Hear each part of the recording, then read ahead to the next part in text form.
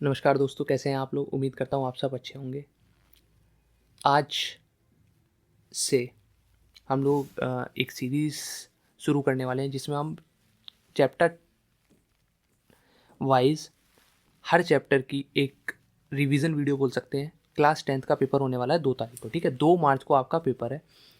2 मार्च को आपका साइंस का पेपर है, क्लास 10th का बोर्ड का, ठीक है। तो उसमें हम क्या करेंगे, हम लोग चैप्टर वाइज एक चैप्टर को कुछ समय के अंदर उसको पूरा रिवाइज करेंगे, उस चैप्टर में क्या था, क्या क्या टॉपिक थे, ठीक है। तो आज देखते हैं हम कितने टॉपिक डिस्कस कर पाते हैं, कितने चैप्टर डिस्कस कर पाते हैं। और ये चैप्टर आपके लिए वेरी वेरी इंपॉर्टेंट होने वाले हैं, क्योंकि अगर आपने जैसे रिवाइज नहीं किया तो आप एक वीडियो देखोगे तो आपको पूरा चैप्टर रिकॉल हो जाएगा, तो आपको क्वेश्चन करने में आसानी होगी। बहुत बार क्या होता है, हम लोग पहला चैप्टर बहुत पहले किया था, हमने फर्स्ट चैप्टर हमने बहुत समय पहले पढ़ा था, तो उस वो हमारे माइंड से निकल जाता है और एंड मोमेंट पे जब हम बुक खोलते हैं तो हमें समझ में नहीं आता एकदम। तो आप जब वीडियो देखते हो तो आपको एकदम रिकॉल होने लगता है कि हाँ, ये कुछ चैप्टर में ऐसा था, ऐसा था, ऐसा था। तो फिर आपको क्वेश्चन ईजिली कर पाओगे। अगर आपने रिवाइज नहीं किया तो आप क्वेश्चन भी नहीं कर पाओगे, क्योंकि फिर आपके माइंड से सारा निकल जाएगा। फिर आपका क्या रहेगा, आपको पता तो होगा कि ये टॉपिक मैंने पढ़ा है, इस टॉपिक में कुछ ऐसा ऐसा लिखा है, बट एक एग्जैक्ट जो आंसर होता है वो नहीं लिख पाओगे, ठीक है। तो हम बिना देरी किए पहला चैप्टर शुरू करते हैं, जिसमें हम पहले चैप्टर में एक एक टॉपिक को समझेंगे और जल्दी जल्दी समझेंगे। रिवीजन वीडियो होने वाला है, डिटेल वीडियो नहीं है। डिटेल में हम इसको नहीं समझेंगे कि पूरा पूरा एकदम इसका प्रोसीजर क्या होता है, क्योंकि वो आपने पूरे ईयर पढ़ा होगा। हम लोग सिर्फ इसको रिवीजन की तरह देखेंगे, और रिवीजन एक तरह से मैराथन की तरफ भी देख सकते हैं कि हम धीरे धीरे धीरे धीरे 10 दिन के अंदर हम पूरा सिलेबस ख़त्म कर देंगे और हमें पता भी नहीं चलेगा कि हमने इतना जल्दी सिलेबस ख़त्म कैसे कर दिया। तो शुरू करते हैं पहला चैप्टर को। और अगर आपने अभी तक चैनल को सब्सक्राइब नहीं किया STK को, तो आप चैनल को सब्सक्राइब कर देना, वीडियो को लाइक कर देना और कमेंट ज़रूर कर देना कि आपको चैप्टर कैसा लगा। तो सबसे पहले हम लोग बात करते हैं केमिकल रिएक्शन की। केमिकल रिएक्शन और इक्वेशन। तो इसमें सबसे पहले हमें केमिकल रिएक्शन पता होना चाहिए। केमिकल रिएक्शन क्या होती है, मतलब हम ऐसा बोल सकते हैं कि जब किसी भी कंडीशन में केमिकल चेंज होता है, एक केमिकल चेंज हमें जब देखने को मिलता है कहीं पर भी, तो हम उसको बोल सकते हैं कि वो केमिकल रिएक्शन है। जैसे अगर आप कोई खाना खा रहे हो, खाना आप लोग डाइजेस्ट हो रहा है, तो वो एक केमिकल रिएक्शन के थ्रू है। रस्टिंग ऑफ आयरन आपने देखा होगा, लोहे को जब आप लोहे पे पानी पड़ जाता है तो उसमें जंग लग जाती है, तो उसको बोलते हैं हम लोग रस्टिंग ऑफ आयरन। तो ये एग्जाम्पल बहुत इंपॉर्टेंट है, ये एग्जाम्पल आ सकता है, ठीक है। अब हम बात करते हैं केमिकल रिएक्शन, पता चल गया। केमिकल इक्वेशन क्या होती है, जब हम कोई भी केमिकल रिएक्शन है उसको हम सिंबल्स की फॉर्म में जब हम उसको लिखते हैं तो उसको हम बोल देते हैं chemical equation.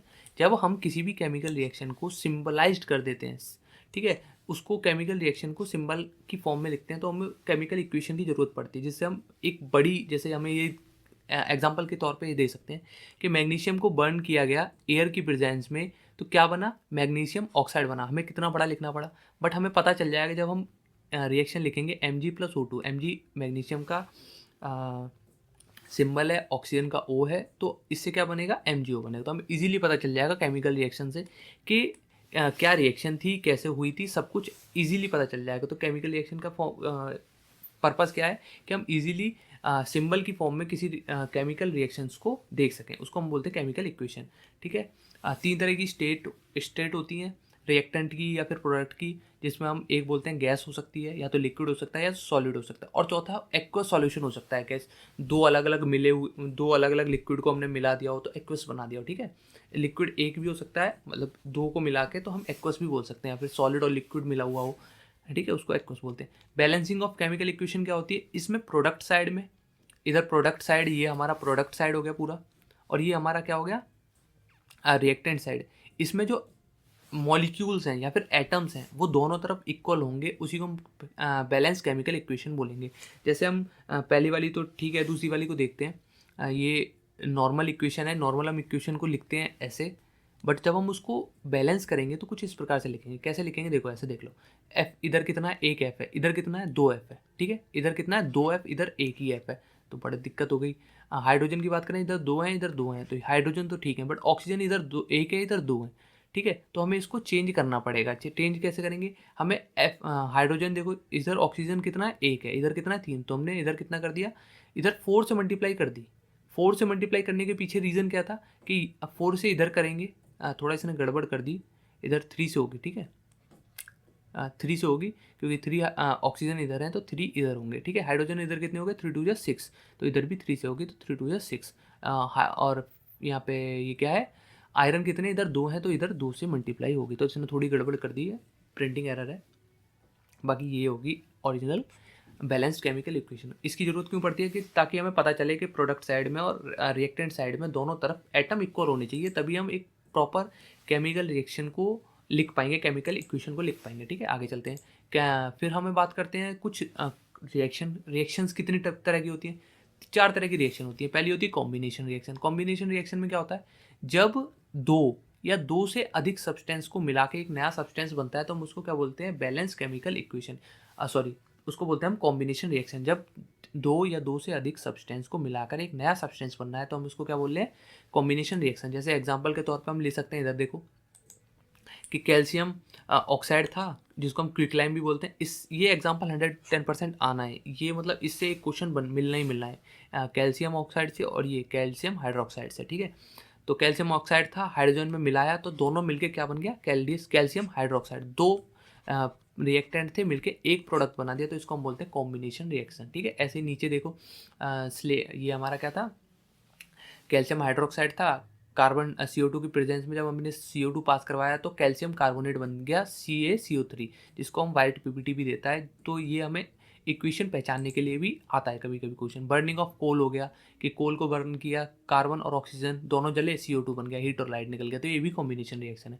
Formation of water क्या है, हाइड्रोजन और ऑक्सीजन मिलकर वाटर बनाते हैं, तो ये भी कॉम्बिनेशन रिएक्शन है, ठीक है। कॉम्बिनेशन रिएक्शन में क्या होता है, एक हमारी रिएक्शन आती है एक्सोथर्मिक रिएक्शन। एक्सोथर्मिक रिएक्शन में क्या होता है कि एक्सोथर्मिक मतलब एक्सो मतलब बाहर, तो हमारी हीट रिलीज होगी अलोंग दी प्रोडक्ट साइड, मतलब प्रोडक्ट की तरफ, इधर की तरफ आपको हीट देनी है, ठीक है। यहाँ पे हीट निकलेगी, ठीक है, हम यहाँ पे हीट निकालेंगे ना कि इधर।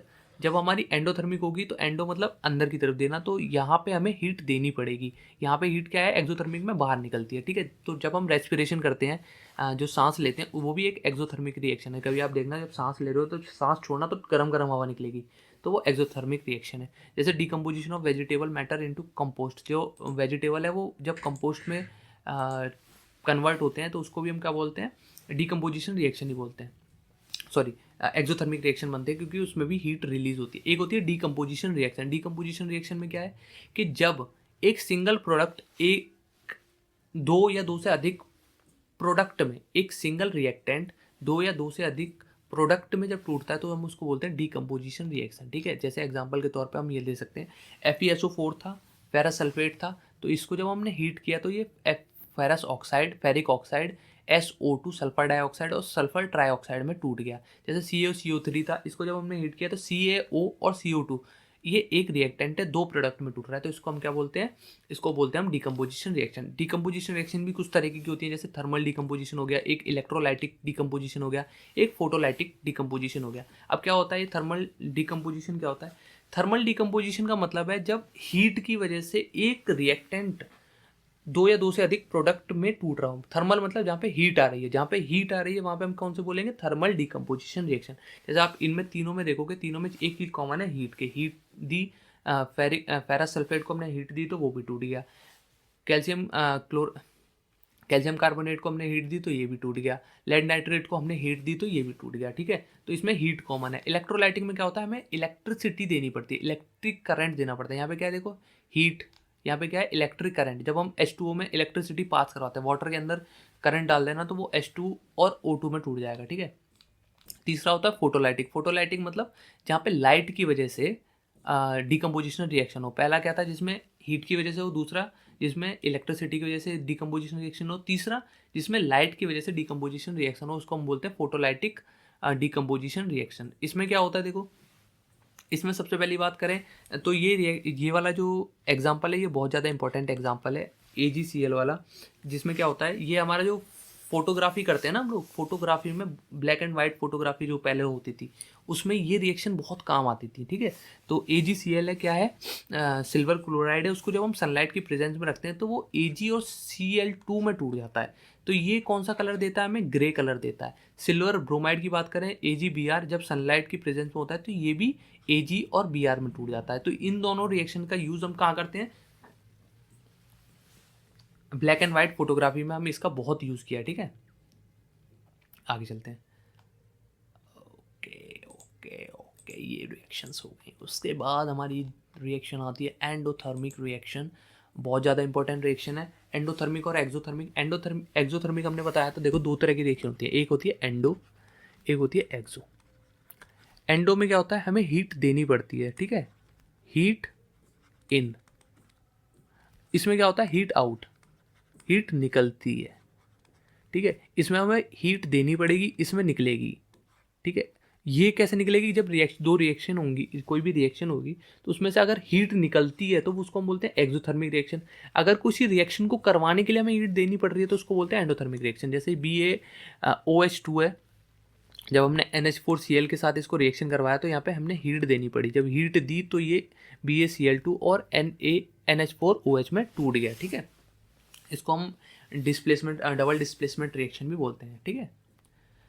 तो एक बार इसकी डेफिनेशन देख लो क्या है, कि the reaction which require energy in the form of heat, light और इलेक्ट्रिसिटी। जब हीट, लाइट और इलेक्ट्रिसिटी हमें किसी भी रिएक्शन को करवाने के लिए एनर्जी रिक्वायर्ड हो, जिसमें हीट, लाइट और इलेक्ट्रिसिटी तीनों फॉर्म में हो सकती है, तो उसको बोलते हैं एंडोथर्मिक रिएक्शन। आगे चलते हैं। आगे हमसे क्या बोला, डिस्प्लेसमेंट रिएक्शन और डबल डिस्प्लेसमेंट रिएक्शन। इसमें क्या होता है, देखो सिंपल तरीके से समझो कि कोई एक प्रोडक्ट था, एक था A, एक था B और C। ये एक अलग एलिमेंट है और ये BC एक कंपाउंड है, ठीक है। तो जब हम इसको डिस्प्लेसमेंट रिएक्शन करवाते हैं तो ये क्या करता है, A B की जगह ले लेता है और B A की जगह ले लेता है, मतलब A C के साथ चिपक जाता है और B हट जाता है, तो ये हो जाती है B प्लस AC।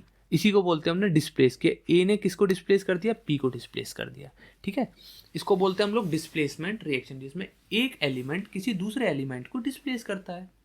सिंपल, जैसे हमने Fe लिया और CuSO4 लिया, Fe ने SO4 के साथ रिएक्शन करके Cu को बाहर निकाल दिया। ऐसा हुआ क्यों, ये हम अगले चैप्टर में पढ़ेंगे, जिसमें हम देखते हैं कि Fe जो होता है वो ज़्यादा रिएक्टिव होता है कॉपर की तुलना में, तो वो कॉपर को हटा देता है और सल्फेट के साथ खुद आ जाता है, ठीक है। तो ये रिएक्टिविटी भी है थोड़ा सा, कि रिएक्टिविटी की वजह से ऐसा हुआ है।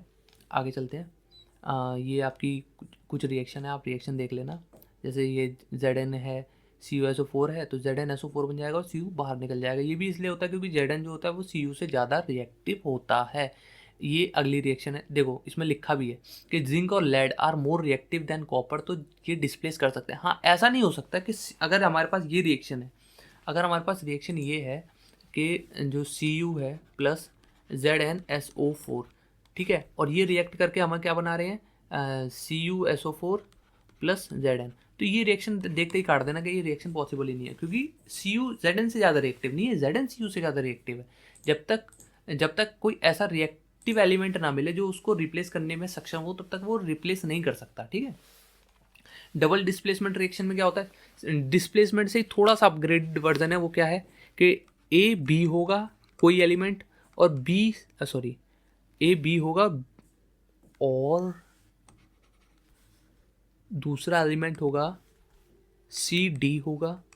ये इसके साथ ये इसको A इसको रिप्लेस कर देगा, या फिर हम बोल सकते हैं B ने D को रिप्लेस कर दिया। बेसिकली जो बनेगा वो बनेगा AD प्लस BC, ठीक है। ये रिएक्शन होगी, ये डबल डिस्प्लेसमेंट होती है। ये इसको डिस्प्लेस कर रहा है, ये इसको डिस्प्लेस कर रहा है, दोनों एक दूसरे को डिस्प्लेस कर रहे हैं, इसलिए इसको बोलते हैं हम लोग डबल डिस्प्लेसमेंट रिएक्शन, जिसमें दो atom, different atom, group of atom mutually exchange, मतलब अपनी अपनी जगह एक्सचेंज कर लेते हैं। जैसे NaSO4 था, सोडियम सल्फेट था और बेरियम क्लोराइड था, तो Na ने Ba की जगह ले ली और Ba ने Na की जगह ले ली, और ये दोनों सेम ही थे, ठीक है। तो इसको हमने क्या बोल दिया, BaSO4 बन गया और NaCl बन गया, जिसको हम सोडियम क्लोराइड भी बोलते हैं।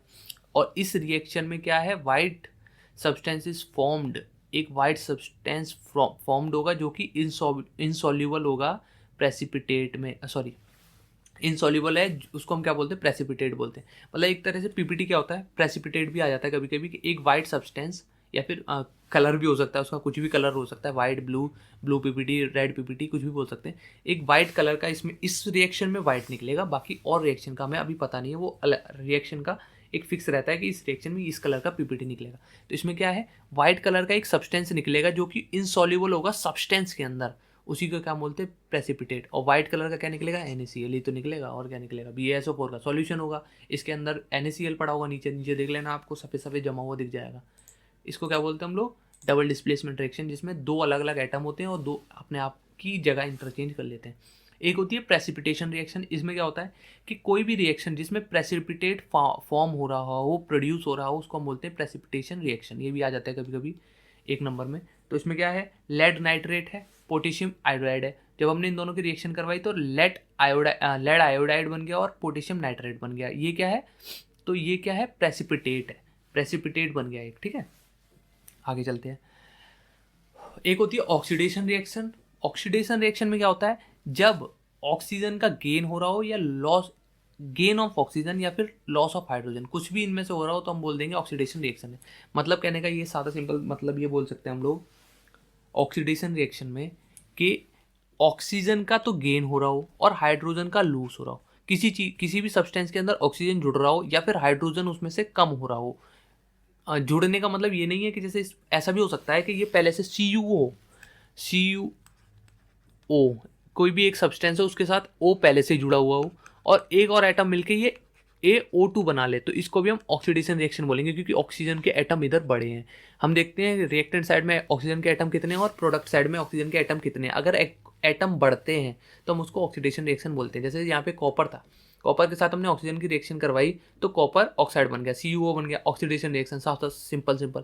अगर CuO में जब हम हाइड्रोजन की रिएक्शन करवाते हैं और हीट दे देते हैं तो ये ऑक्सीजन हट जाता है। ऑक्सीजन हटा तो ये कॉपर के साथ से ऑक्सीजन हटा तो कॉपर तो रिड्यूस हुआ, बट हाइड्रोजन के साथ ऑक्सीजन जुड़ा तो हाइड्रोजन क्या हुआ, ऑक्सीडाइज हुआ। ठीक है, आगे चलते हैं। रिडक्शन क्या होता है, जिसमें लॉस ऑफ ऑक्सीजन हो, ऑक्सीजन का लॉस हुआ। इसमें कॉपर के साथ देखोगे तो क्या हुआ, रिडक्शन ही तो हुआ। कॉपर का इधर एक एटम है, इधर एक भी नहीं है ऑक्सीजन का, ऑक्सीजन कम हुआ तो हमको उसको क्या बोल देते हैं, रिडक्शन रिएक्शन, जिसमें लॉस ऑफ ऑक्सीजन या फिर हाइड्रोजन गेन हो रहा हो।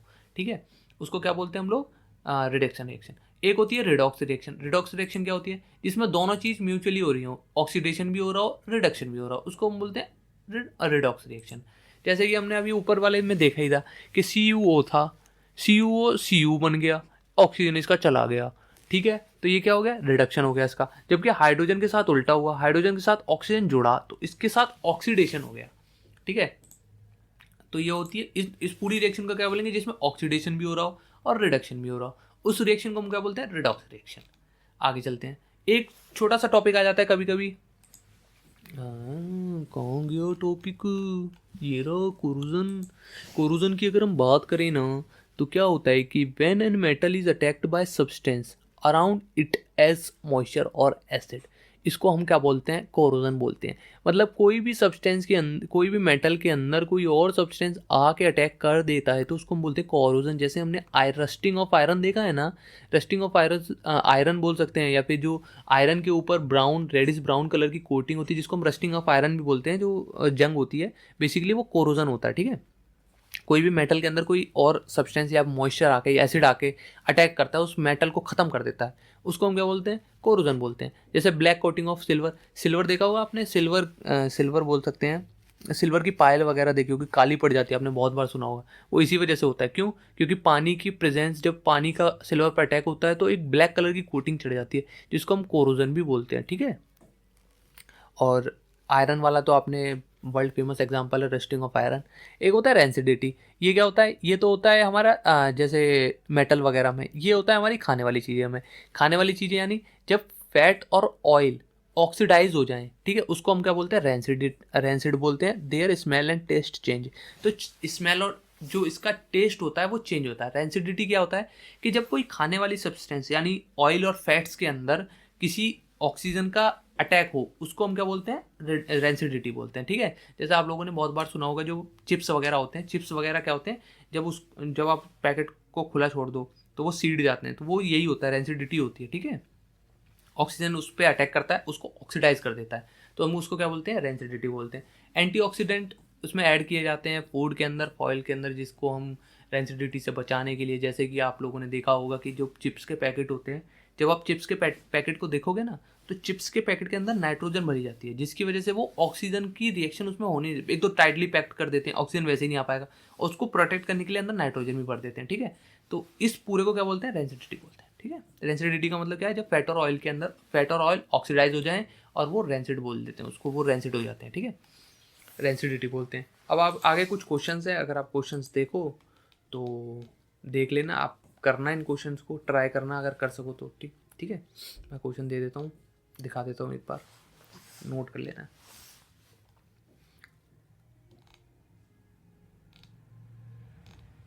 ठीक है, और ये इन रिएक्शंस को एक बार ज़रूर देख लेना, ये जो पीछे रिएक्शंस हैं या फिर ये जो क्वेश्चन है, देखो क्वेश्चन है केमिकल रिएक्शन की कौन कौन सी तरीके के होते हैं, और सबका एक का एग्जांपल 5 नंबर में ये क्वेश्चन बन जाता है, कभी भी बन जाता है, मतलब ये 5 नंबर का एक क्वेश्चन 110% बन ही जाता है। जिसमें क्या होता है, देखो इसमें कैसे बनता है कि पूछ लिया कि केमिकल रिएक्शन कितने तरीके की होती हैं और सबका एक एक एग्जांपल दो, तो फिर आपको 4 तरह की केमिकल रिएक्शन लिखनी पड़ेगी, combination reaction, displacement reaction, double displacement reaction और डिकम्पोजिशन रिएक्शन, ठीक है। बस यही 4 हैं, वो ऑक्सीडेशन और रिडक्शन वाली रिएक्शन नहीं लिखनी इसमें, ठीक है, यही 4 लिखनी है। इन चारों को लिखना है, इनकी एक एक लाइन में इनकी डेफिनेशन लिखनी है कि क्या होता है, इनका एक एक एग्जाम्पल दे देना, 5 नंबर आपको पूरे मिल जाएंगे, कुछ और नहीं करना, ठीक है। ऐसे ये जो आपकी ऊपर रिएक्शन है, इन रिएक्शन से भी क्वेश्चन आ जाते हैं, इनसे पूछ लेता है ये कौन सी रिएक्शन है, ये एक कोई एलिमेंट है वो 2 में टूट रहा है, तो डिकम्पोजिशन रिएक्शन, इस तरह से, ठीक है। तो ये सारी इस तरीके की रिएक्शन है, आप लोग इनको देख लेना। बाकी आपको वीडियो कैसा लगा कमेंट करके ज़रूर बताना, और अगर आपने अभी तक चैनल को सब्सक्राइब नहीं किया तो चैनल को सब्सक्राइब करना, वीडियो को लाइक करना और कमेंट ज़रूर कर देना। 20 मिनट में आपने चैप्टर पढ़ लिया, और क्या ही चाहिए।